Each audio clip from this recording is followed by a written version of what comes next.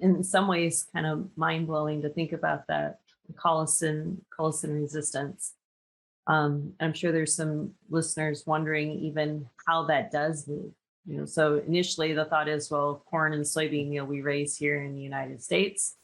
So what would those pigs be getting exposed to that be coming externally? So what are your thoughts? Is it people? Is it potentially feed? And I'm not trying to put you on the spot, but when we think about potential introduction of new resistance genes, where should we be thinking about that in the barn?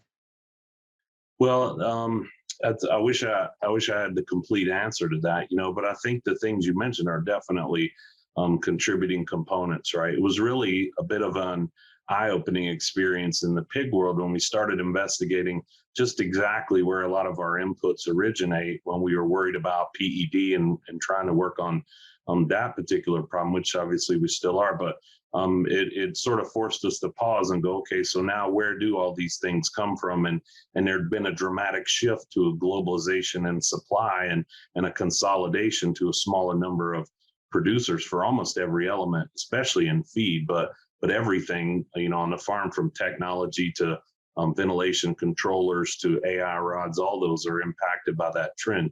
So I think that's a big player. I think it's possible that colistin resistance has been around at some low level, and since we don't use that drug, we don't select for those organisms and we don't amplify them. So maybe there's a random development of some level of resistance gene periodically.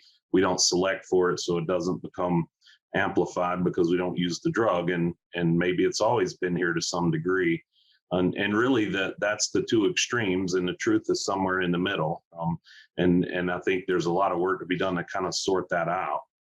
But I think what it hammers home is you have to be very careful about spending too much time, sort of pointing the finger at who's to blame or where's the cause, because it's such a complex issue that a lot of factors influence it. And really what we all need to be focused on is how do we preserve antimicrobial use for the sick pigs we really need it for, and yet don't endanger outcomes in humans. And I think that's a purpose we can all get on board for.